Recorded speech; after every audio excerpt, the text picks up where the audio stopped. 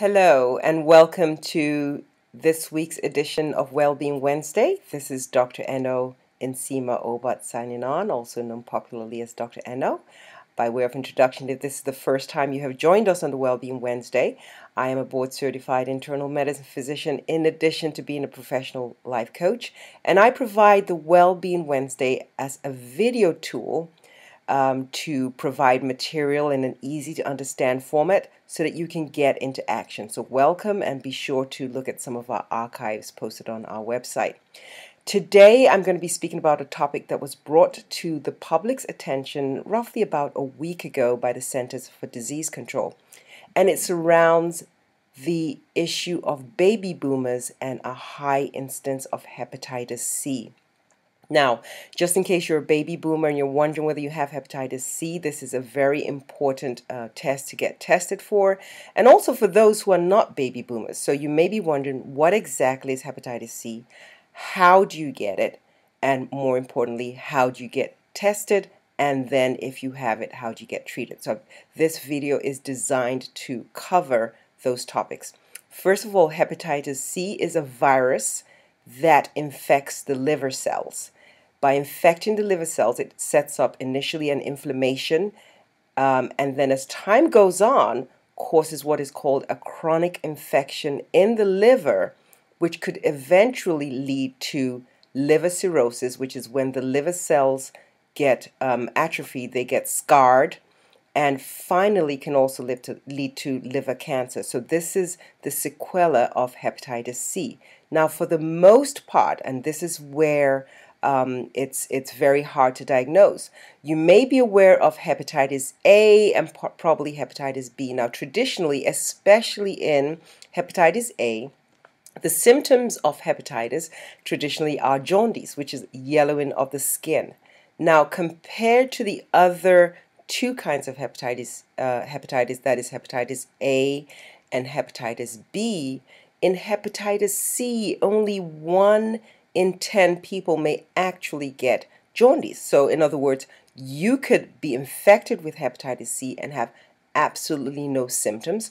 Or some of the other common symptoms may be things that you could attribute to a cold, a viral infection, for instance, fatigue, not feeling too well.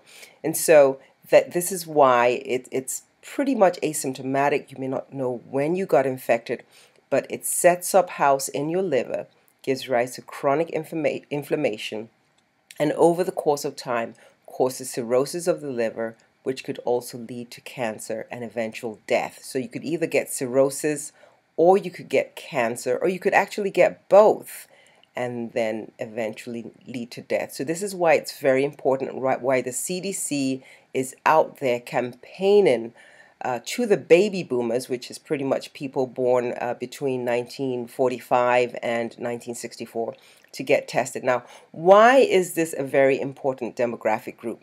Well, we really don't mean to attach any judgment, but as you may be aware, in the 60s, it was, in quotes, wild time of experimenting with drugs and tattoos and stuff like that. And hepatitis C is a blood-borne virus. It is transmitted by blood. And so by sharing intravenous needles during intravenous drug use, recreational drug use, tattoos using non-sterile equipment, for instance, is the common way of getting hepatitis C. And once again, just remember, it's you may not have symptoms, and so you may not even know that you have it. And it may have been a one-time thing, right? So again, the goal is not to attach any judgment to this, to make anybody feel guilty about their lifestyle, about experimenting with drugs, even if it was only once. But that is the way that hepatitis C can be transmitted, and once again, hibernate in your body, not cause you any symptoms until it's pretty advanced. So this is why the baby boomer generation is a very important generation to bring this awareness to. Now, currently we have about 2 million baby boomers diagnosed with hepatitis C. That's those who know that they have hepatitis C.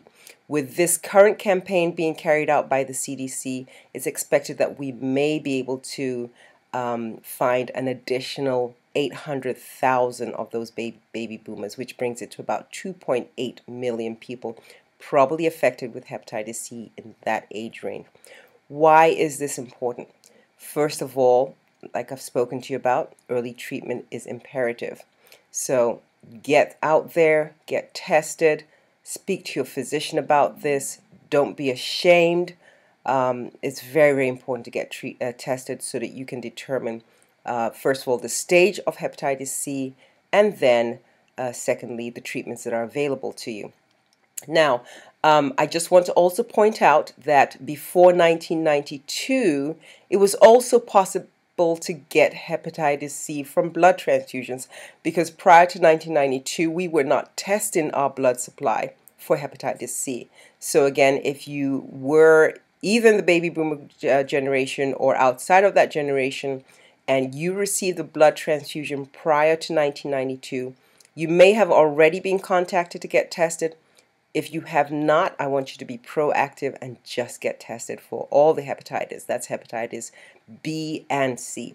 Hepatitis A, the liver is able to clear from it, so it's usually just an acute infection. In other words, a one-time thing, and you don't have chronic inflammation of the liver from hepatitis A. So the two we're really concerned about, especially as it relates to a blood transfusion, for instance, would be hepatitis B, but specifically your hepatitis C, especially if you were transfused prior to 1992. So that's another mode of transmission of your hepatitis C. Now, another caveat is your healthcare workers. As a healthcare worker, we are exposed to blood a lot. We come in contact with blood from our patients, especially if you tend to work, if you have worked in a dialysis center. I don't know whether you've ever seen anybody on hemodialysis, but there's a whole lot of blood coming out of the body through these tubes into this machine to get cleaned up, the dialysis machine, and back into the body. It's very easy to get, blood splattered. So if you were working in the dialysis center at any time, especially in the 70s or the 80s, like we said, prior to the 90s, you certainly do want to be tested for hepatitis C. Now, at the present time, there is no vaccine for hepatitis C. There is a vaccine for hepatitis B. So again, if you are a healthcare worker, more than likely you have been offered the hepatitis B vaccine. And I know that this video I'm not speaking about hepatitis B, but I just want to insert this as information for our healthcare worker audience. If you have not already been offered a hepatitis B vaccine, and you're a healthcare worker, please speak to your employee health department about that. I consider that to be very unusual. If you have not, you may have decided to decline it. I think that it's very important to protect yourself from potential blood-borne diseases. Just go ahead and get your hepatitis B vaccine. Okay, so now we've covered the symptoms, we've covered how you can get it, and again, this is no judgment at all. If you're a baby boomer and indulge in any kind of lifestyle prior to when you were younger, please go ahead and get tested. It's no judgment at all. So now the treatment. There are several genotypes of hepatitis C. The most common genotype is genotype 1, and this is somehow harder to treat than the other two genotypes, genotypes 2 and 3.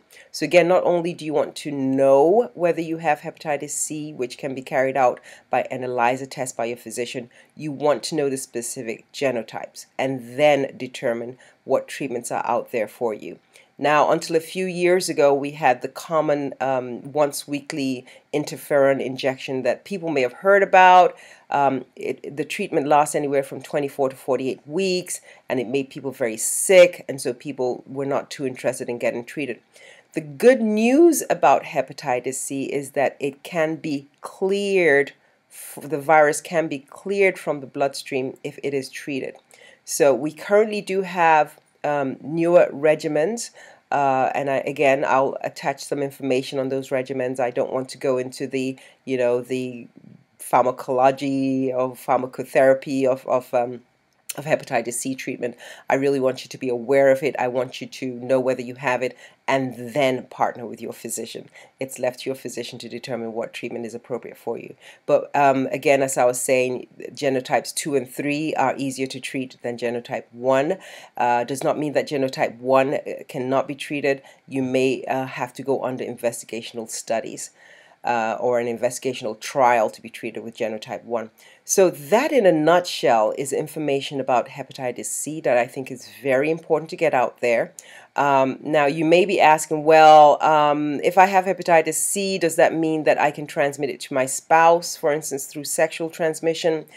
The transmission rate through sexual intercourse is really very, very low. In fact, studies have been carried out and have followed spouses, especially this study was carried out in Japan for a number of years, and the rate of transmission was really very, very low. So no, you don't need to, wear a condom or break up with your spouse. This is not designed to break up relationships or marriages.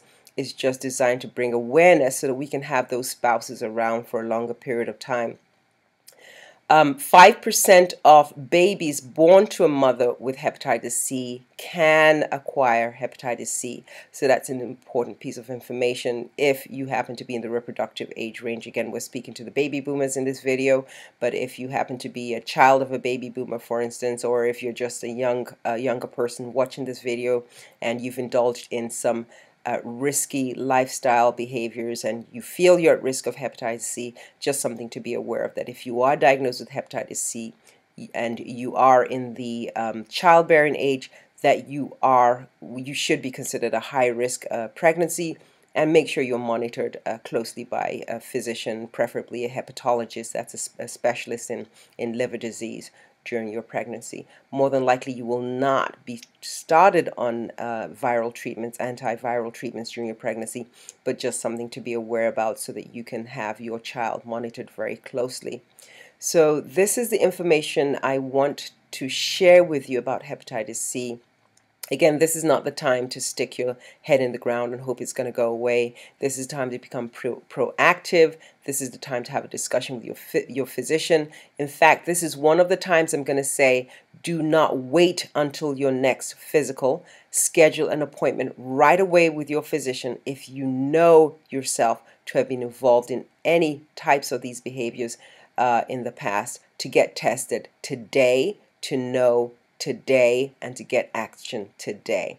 So I'd love to hear your comments, any questions that you have about hepatitis C, about how to get tested, about what the symptoms may be, about what the treatments are. Again, I'm going to post some articles attached to this video blog so you can get more information from reputable sources, not from, just hearsay, and get yourself into action. Get yourself treated if you do have hepatitis C, and take care of yourself, because this definitely goes a long way, as you know, to enhancing your health and well-being. We want people to live long, vibrant, healthy, productive lives. So until next week, here's to your health and well-being. Dr. Endo signing off, and I'd love to hear from you if you have any comments. Goodbye, everybody. Have a great day.